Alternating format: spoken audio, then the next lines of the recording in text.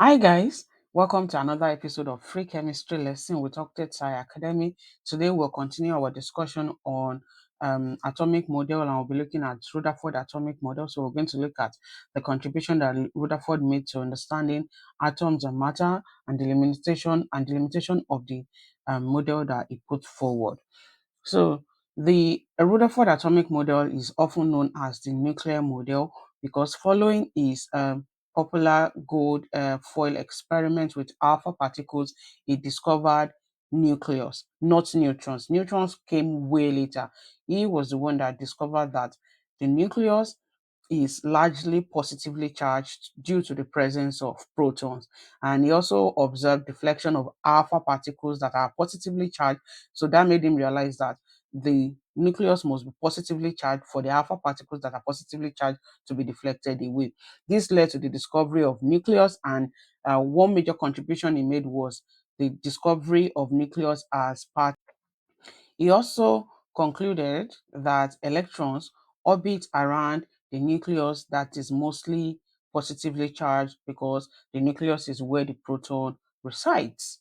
So that was a huge development from the previous model that did not place the proton, that did not know that the proton was at the center of the atom. So Rutherford was able to confirm that the proton is at the center of the atom, and the nucleus is where the proton is, and the nucleus is positively charged, and that electrons orbit around the nucleus.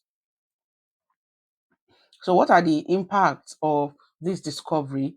The Rutherford discovery offered more understanding of atoms, subatomic particles, and matter in general, and paved the way for quantum mechanics and the Bohr's model. And it was also a crucial part of the discovery of nucleus.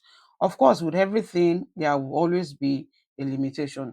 The limitations that came with Rutherford's model was that it was unable to explain electron spin, electron-electron interaction. Also, it brought up the question of stability because according to him, when electrons revolve, a major limitation that came with Rutherford's model was it being unable to explain why electrons remained around the nucleus, because according to the theory put forward, then electrons should continue as they revolve around the nucleus, they should be drawn towards the nucleus because they are oppositely charged, and as electrons revolve around the nucleus, they lose energy and they should eventually fall into the nucleus, but that does not happen. So he was unable to explain why electrons actually stayed around the nucleus. He was also unable to explain certain interactions like electron spin and atomic spectra. I've put the link for previous lessons on Dalton's atomic theory